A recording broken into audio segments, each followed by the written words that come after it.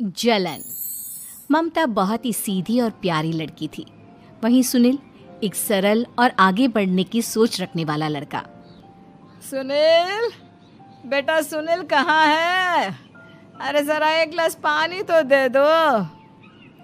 हाँ माँ, अभी आया। क्या माँ, पानी तेरे सर के पास ही तो रखा है, क्या हो गया है? तबीयत खराब है क्या? अरे नहीं नहीं, वो उठने का मन ही नहीं कर रहा था तो देखा ही नहीं। वैसे क्या कर रहा है? यहाँ बैठना मेरे पास। माँ पढ़ रहा था। वो क्या है ना, नौकरी में तो वक्त नहीं मिलता, अब ऑफिस से घर आकर ही तो वक्त मिलता है।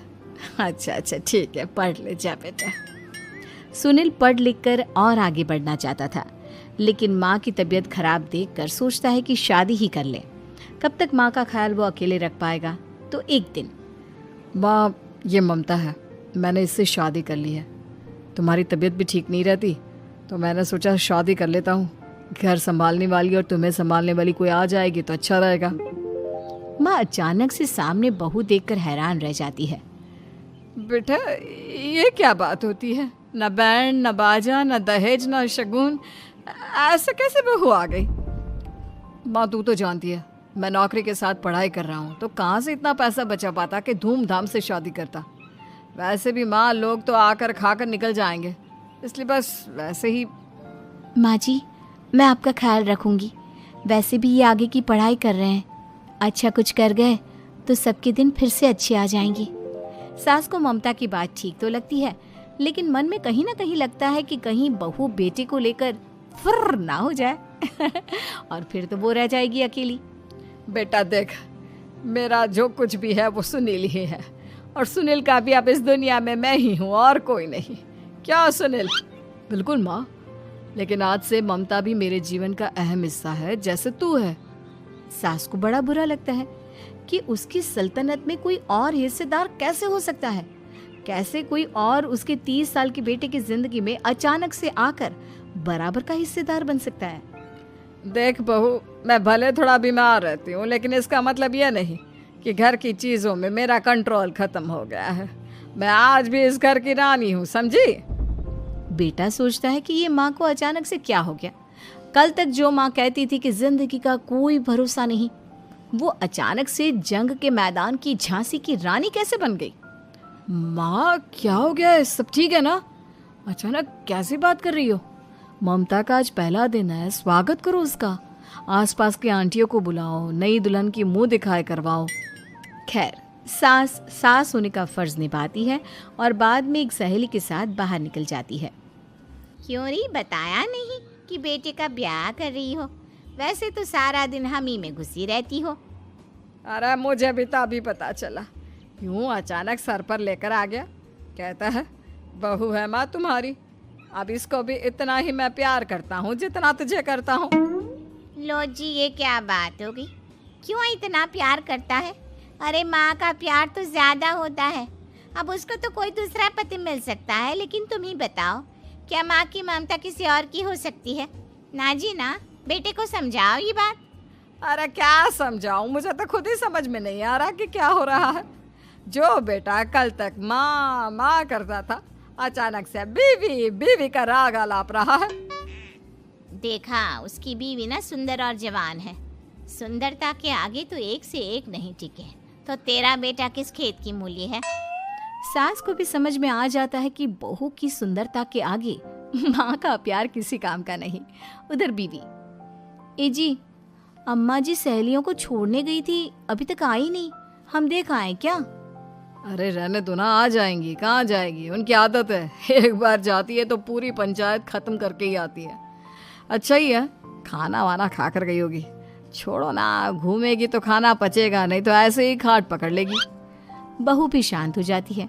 उधर सास सोचती है कि आज थोड़ा देर से ही घर जाती हूँ, जब बेटा परेशान होकर ढूंढेगा तब मजा आएगा। बीवी को खुद ही पता चल जाएगा कि माँ के आगे उसकी दाल नहीं गलेगी।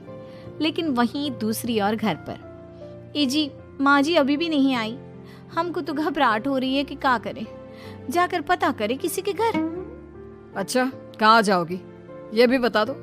पहला दिन है तुम्हारा इस घर में और एक ही दिन में मोहल्ला छानोगी क्या? हाँ, तो आप भी तो नहीं जा रहे हैं ना, हमको फिक्र हो रही है।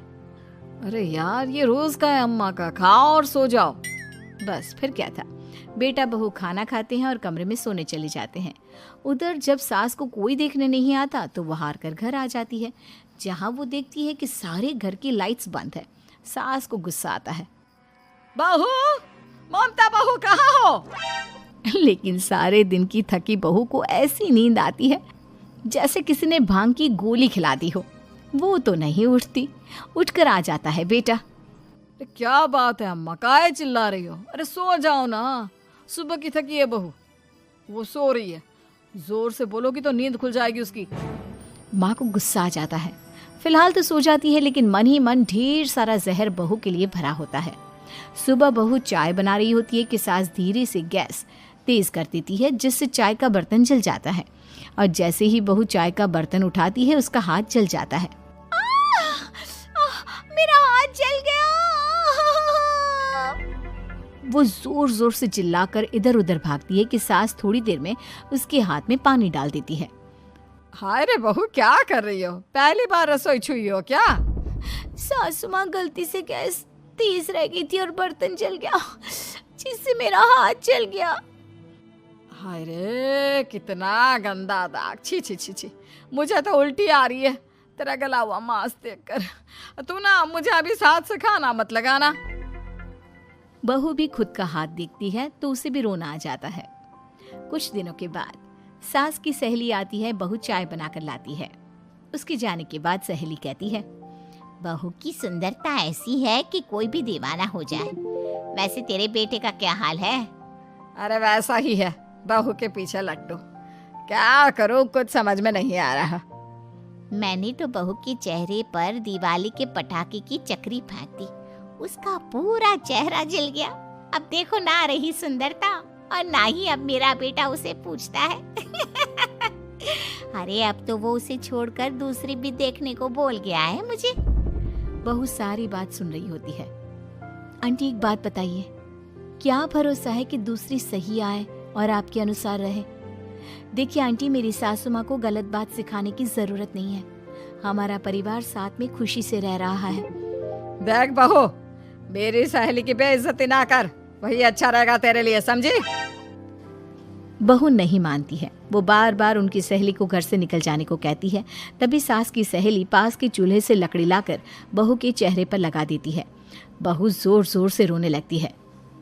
अरे ये क्या कर दिया? मैंने कहाँ किया, ये तो तूने किया। तू ही नहीं चाहती थी कि बहू बेटे के साथ रहे, भला मैं क्यों करूँगी? मैं तो चली, निपटो अब। बहू रो रही होती है, दर्द से चिल्ला रही होती है, लेकिन सास उसे डॉक्टर के पास नहीं ले जाती। तभी पति आता है। क्या हो गया ममता? ये दाग कैसे लगा? तुम कैसे जली?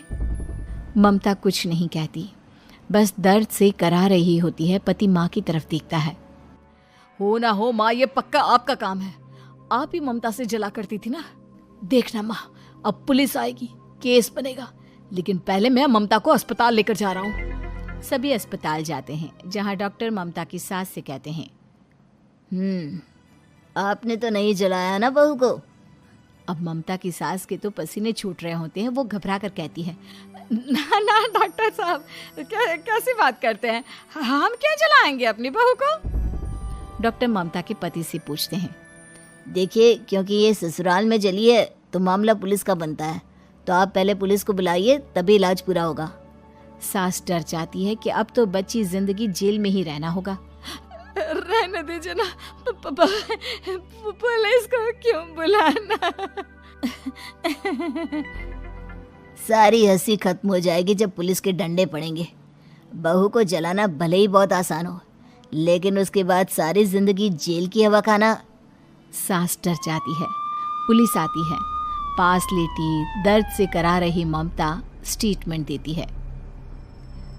तो क्या हुआ था? कैसे जली आप? ममता पास खड़ी सास को देखती है। बेटी बताओ, कैसे जल गई तुम? ओए, काका का किरण वाली शाहरुख, चुप, बिल्कुल चुप। सास चुप। सभी इंतजार करते हैं कि ममता क्या बोलेगी। जी, मैं खाना बना रही थी, लकड़ी उड़कर मेरे ऊपर गिर गई और मैं जल गई। सास बहू की बात सुनकर रोने लगती है। देखा माँ, कितनी समझदार है ममता। ये चाहती तो, हाँ बेटा, ये चाहती तो मैं आज जेल में होती। मुझे माफ कर दे। मैं आगे से अभी कभी ऐसा नहीं करूंगी। बहू के साथ मिलकर रहूंगी। मुझे माफ कर दे।